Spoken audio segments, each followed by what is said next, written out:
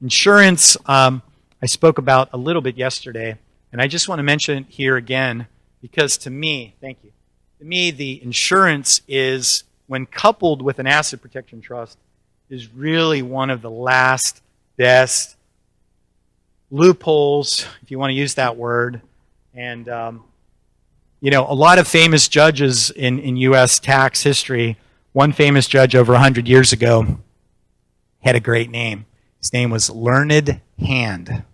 Judge Learned Hand said that when the tax system came out, he said, these are not voluntary contributions. The taxes are forced extractions.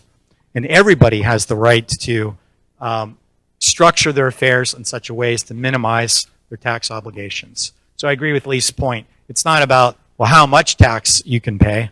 And I think, you know, without getting really political, but if you look back to the last election, just not that far in the past, you know, Hillary Clinton tried to make an issue of Donald Trump saying he'd paid little or no taxes. But that really didn't resonate that well with the voters, did it? I mean, he's saying, hey, you know, I did everything that I could legally to not pay taxes, and there's nothing wrong or un-American about that, right? So if you think that you should pay more tax, go ahead. I mean, there's actually a line on the tax form when you get to the very end of your taxes and you've calculated it 3 different ways how much you owe, then there's a little line that asks if you'd like to make a voluntary contribution to reduce the national debt. And you're all free to do that. Right? But as Learned Hand said, you're also free to not do that. And insurance is a technique. Again, I'm not an insurance salesman. I'm just telling you what the tax laws say and the laws of the U.S. Insurance is one of those things that it's its own separate, unique animal. And the real difference between insurance and everything else is insurance proceeds. When someone dies and you receive insurance proceeds, the tax code says that those proceeds are not income. That, in a nutshell, is why insurance is powerful. So when you buy insurance, the payment that you make is an after-tax dollar. Okay? So I earn money, I paid my taxes on it, I take my after-tax dollars, unlike an IRA, which is a pre-tax dollar, right? So an IRA, you put the money in pre-tax, it grows tax-deferred, it comes out at the end and is taxable. Insurance is after-tax going in, it grows tax-deferred, and then the powerful part is it comes out tax-free. So you have tax-deferred buildup and tax-free payout. And that's the only way under the tax code that you can do that. So it really is the closest thing to magic fairy dust.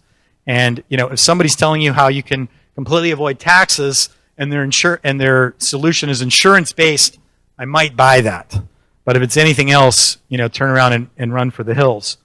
But insurance is a technique that's used frequently by wealthy families to perpetuate their wealth over many generations.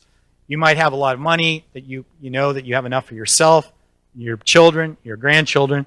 So why would you use insurance? You would use insurance to maybe insure. I just had a client, he took out a large insurance policy on his 26-year-old granddaughter. He had just gotten out of law school, and we got a massive life insurance policy on her, owned by the family trust. Why would he do that? Well, first of all, she's 26, so the cost of the insurance was low. The assets that went into the policy are growing tax deferred, so you want the youngest person you can. You know, her life expectancy might be 60 years. So those assets in that policy are going to grow 60 years tax deferred. And assuming that his kids and grandkids use up all the family money, when granddaughter dies 60 years from now, a whole bunch of money is going to go back into the trust to perpetuate the wealth for the great-grandchildren, great-great-grandchildren.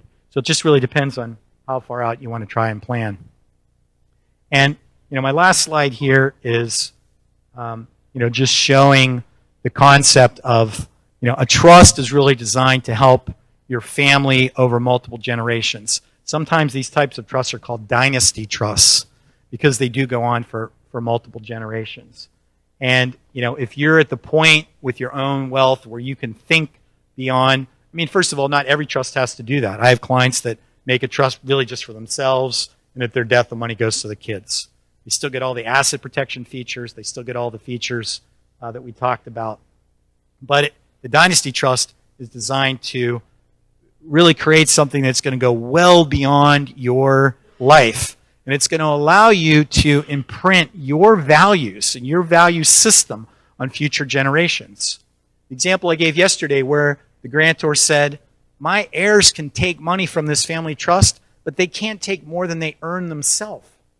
Why? Because he didn't want his heirs to become trust fund babies, right?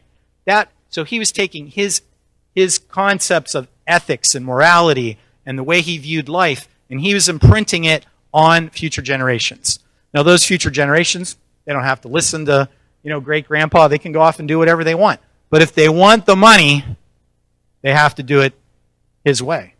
And that's a pretty powerful tool, because we always talk about, death and taxes. And, everybody has to deal with death and taxes. But a Dynasty Trust is a way, even after your death, that you can imprint your value system on future generations. So on that note, I think I'm going to stop. We have a few minutes maybe for questions. And again, I want to remind you that tomorrow morning, 7 to 8, we'll have a Q&A session that we can talk about anything you want to talk about, whether it's immigration or taxes or trusts or foundations. But do we have some questions already, or let's wait for the mic?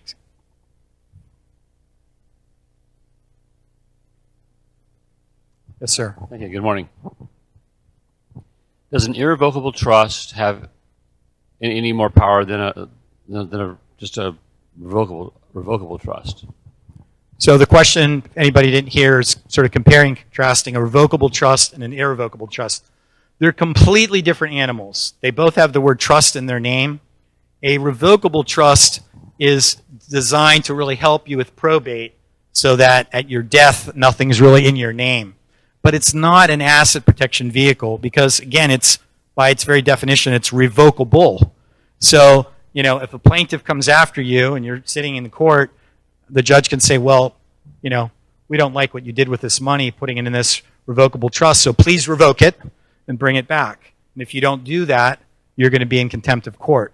Whereas, but if you had it in an irrevocable trust and you said, well, Your Honor, I can't bring it back because I put it in an irrevocable trust, you're not in contempt of court and they're not going to be able to get the asset. So a revocable trust, many people have revocable living trusts. They serve an important purpose, but it's not an asset protection purpose.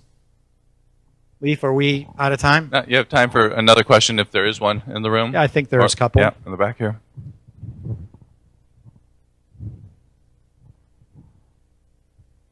What happens if you have a irrevocable trust and the person or people who are the heirs to that or recipients predecease you?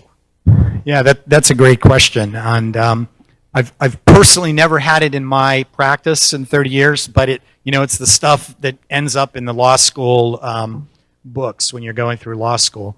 What we do is we always suggest to clients that they have what's called a contingent beneficiary, which would be a beneficiary that's not necessarily in line to get anything, but if what you described happens, then the assets would go to that entity. Normally it's a charity, a church, a school, something that can't really die.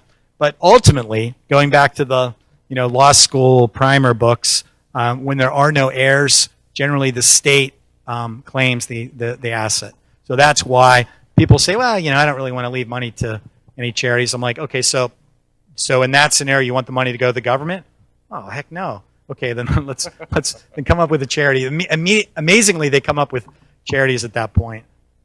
So, all right. Well, I think we're out of time. I want to thank you all for your attention. And if anybody would like to try to get with me one-on-one, I still have a few time slots this afternoon and tomorrow. And for the A+ students, I'll see you at 7 o'clock tomorrow. Thank you.